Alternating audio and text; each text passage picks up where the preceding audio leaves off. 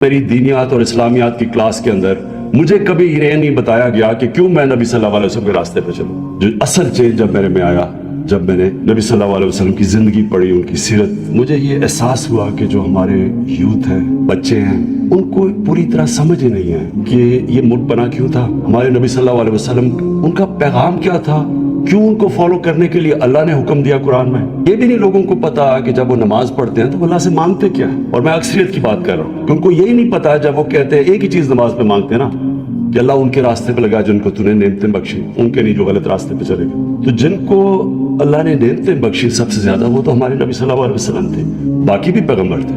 تو ان کا راستہ کیوں اتنا ضروری ہے؟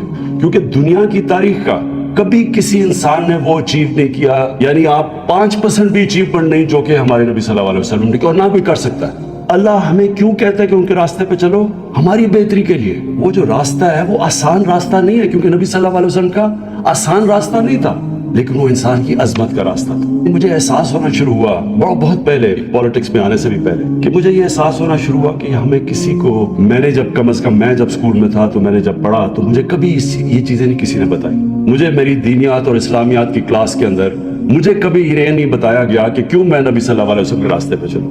پھر مجھے یہ بھی نہیں بتایا گیا کہ وہ ریاست مدینہ، اس کے کیا پرنسپلز تھے کہ ایک دم وہ لوگ جن کی حیثیت ہی کوئی نہیں تھی، دیکھتے دیکھتے 2 سپر پاورز ان کے سامنے گرتی اور دنیا کی امامت کرنا شروع کر دیتے ہیں. وہ کون سے پرنسپلز تھے؟ ہمیں تو سارا وقت جو بتایا گیا تھا کہ دیکھیں جی اگر آپ نے آگے بڑھنا ہے تو وہ برطانیہ، اور میں جب اسکول میں تھا تو نہیں ہمیں آزادی ملی تھی تو ہماری بھی ذہنی غلامی تھی کہ ان کے راستے پہ چلو. وہ دیکھو وہ جو انگریز ہے، جو ان کا سسٹم ہے، جو ویسٹ منسٹر ڈیموکریسی ہے، اس کے راستے پہ چلو اگر اوپر جانا. ہمیں پڑھایا کچھ جاتا تھا، لیکن اصل میں ہمیں یہ کہا جاتا تھا کہ اصل میں انسان اوپر جا ہی نہیں سکتا جب تک ان کے راستے پہ نہ چلو جنہوں نے آپ کے اوپر حکومت کی تھی. اور یہ سب سے بڑا مسئلہ ہے کہ ہمارے میں ایک ڈسکنیکٹ ہے. ہم جب دین کی اپنے بچوں کو تعلیم دیتے ہیں، ہم ان کو یہ بتا ہی نہیں سکتے کہ کیوں، کیا وجہ ہے کہ آپ یہ جو ہم آپ کو پڑھاتے ہیں کہ راستے پہ کیوں چلو گا. میں کوئی اسلامک اسکالر نہیں ہوں، میرے تو اپنی زندگی سے سارے تجربہ ہوا ہے مجھے.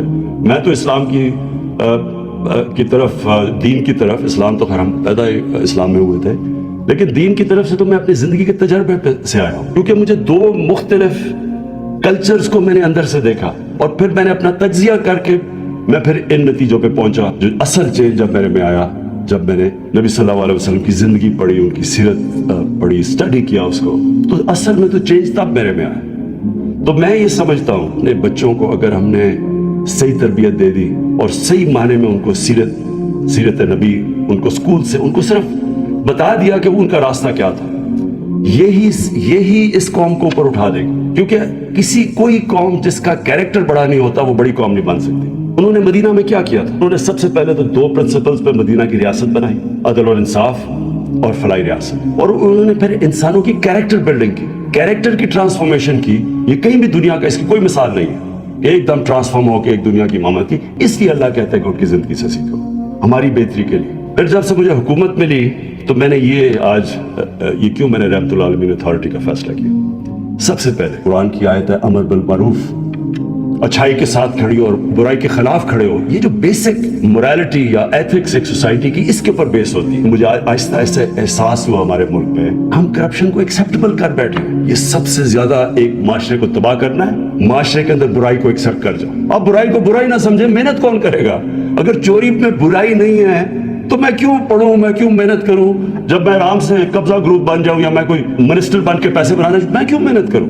اس لیے اپنے بچوں کو ہمیں سیرت نبی پڑھانی ہے. جب قوم فیصلہ کرے گی کہ ہم نے کسی نے بدی کی، برائی کی، قوم اس کو آئسولیٹ کرے گی. میں یہ بیسکلی چاہ رہا ہوں کہ دیکھیں، ایک اللہ نے جب اس ملک کو بنایا تھا تو یہ بہت بڑی خواب کا نام تھا پاکستان. تو علامہ اقبال نے کہا ہے کہ مثال بنے گی کہ ہم اصل میں اسلام کیا ہے.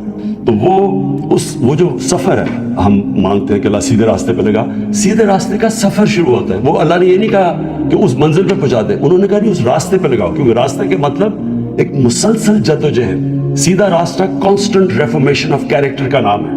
ہم کہتے ہیں ریاست مدینہ ایک یہ جہاد کا نام ہے. قانون کی حکمرانی قائم کرنا جہاد ہے، کیونکہ آپ کا مقابلہ مافیاز کے ساتھ ہے. وہ نہیں قانون کے نیچے آنا چاہتے. یہ مسلسل ایک معاشرہ جہاد لڑتا ہے اس عظمت پہ پہنچنے کے لیے.